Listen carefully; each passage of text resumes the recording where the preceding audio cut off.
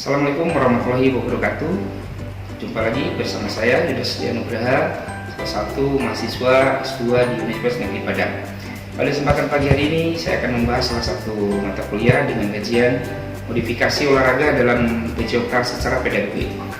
Secara nasional, peningkatan kompetensi guru telah ditetapkan oleh pemerintah dalam Undang-Undang Nomor 14 Tahun 2005 tentang guru dan dosen, yaitu bahwa kompetensi adalah seperangkat pengetahuan, keterampilan, dan perilaku yang harus dimiliki, dihayati, dan dikuasai oleh guru-guru atau dosen dalam melaksanakan tugas kepedagogikan. Modifikasi secara umum diartikan sebagai usaha untuk mengubah atau menyesuaikan. Namun, secara khusus modifikasi adalah suatu upaya untuk yang dilakukan menciptakan dan menampilkan sesuatu yang aman dan baru. Modifikasi di sini mengacu kepada sebuah penciptaan, penyesuaian, dan menampilkan suatu alat atau sarana dan prasarana yang baru, unik dan menarik terhadap suatu proses belajar mengajar pendidikan jasmani. Pelaksanaan modifikasi sangat diperlukan bagi setiap guru pendidikan jasmani sebagai salah satu alternatif atau solusi dalam mengatasi permasalahan yang terjadi dalam proses belajar mengajar pendidikan. Modifikasi merupakan implementasi yang sangat berintegrasi dengan aspek pendidikan lainnya. Profesor Lutan dalam Asfanjma tahun 2016 menyatakan bahwa modifikasi dalam mata pelajaran pendidikan jasmani diperlukan agar tujuan pertama, siswa memperoleh kepuasan dalam mengikuti pelajaran. Yang kedua, siswa dapat meningkatkan kemungkinan keberhasilan dalam berpartisipasi.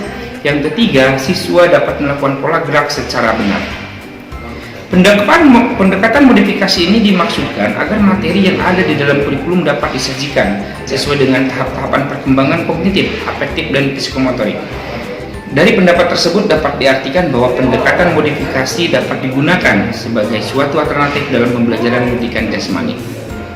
Kegiatan pembelajaran dan mempelajari gerak olahraga itu lebih penting daripada hasilnya.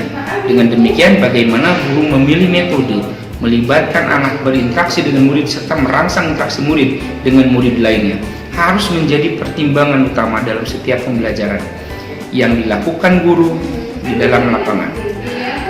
Modifikasi permainan dapat dijadikan sebagai salah satu alternatif dari pembelajaran yang monoton dan membosankan, karena melalui modifikasi ini guru melakukan satu perubahan-perubahan berupa pengembangan yang sesuai dengan karakteristik sekolah serta siswa sebagai peserta didik. Dalam modifikasi pembelajaran, terutama dalam permainan, yang pertama harus ada aturan yang kita modifikasi, yang kedua ada alat permainan, yang ketiga adalah teknik permainan, yang keempat waktu permainan, dan yang kelima adalah permainan itu sendiri.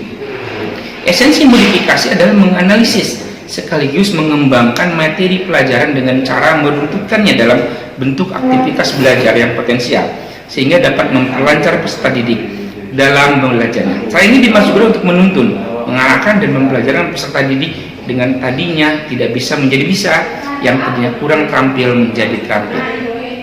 Pertimbangan menggunakan modifikasi permainan adalah pertama, anak-anak belum memiliki kematangan fisik dan emosional seperti orang dewasa. Yang kedua, berolahraga dengan peralatan dan peraturan yang dimodifikasi akan mengurangi cedera pada anak itu sendiri. Yang ketiga, olahraga itu dimodifikasi akan mampu mengembangkan keterampilan anak lebih cepat dibandingkan dengan peralatan standar untuk orang dewasa. Dan yang keempat, olahraga yang dimodifikasi membutuhkan kegembiraan dan kesenangan tentunya pada anak-anak dalam situasi kompetitif. Tujuan perluasan maksudnya adalah tujuan pembelajaran yang lebih menekankan pada perolehan pengetahuan dan kemampuan melakukan bentuk atau wujud keterampilan yang dipelajari tanpa memperhatikan aspek efisiensi atau efektivitasnya. Ada juga tujuan dari penghalusan. Maksudnya di sini adalah tujuan pembelajaran yang lebih menekankan pada perolehan pengetahuan dan kemampuan gerak secara efisien. Misalnya siswa mengetahui dan melakukan gerak melompat dengan mentransfer kecepatan awal ke dalam tolakannya. Nah, pada level ini wujud lompatannya sudah menekankan pada esensi efisiensi gerak melompat. Ya. Yang ketiga ada tujuan penerapan. Nah, maksud di sini adalah pembelajaran yang lebih menekankan pada perolehan pengetahuan dan kemampuan tentang efektif tidaknya gerakan yang dilakukan melalui kriteria tertentu sesuai dengan tingkat kemampuan siswa.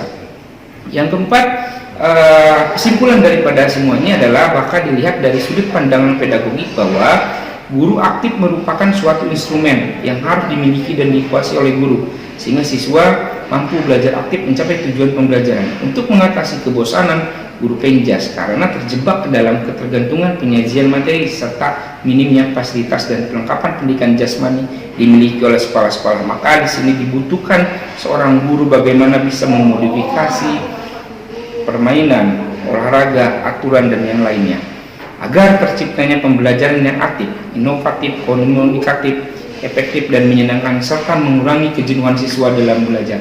Baik, itulah kali ini yang saya sampaikan. Mohon maaf atas segala kekurangan. Assalamualaikum warahmatullahi wabarakatuh.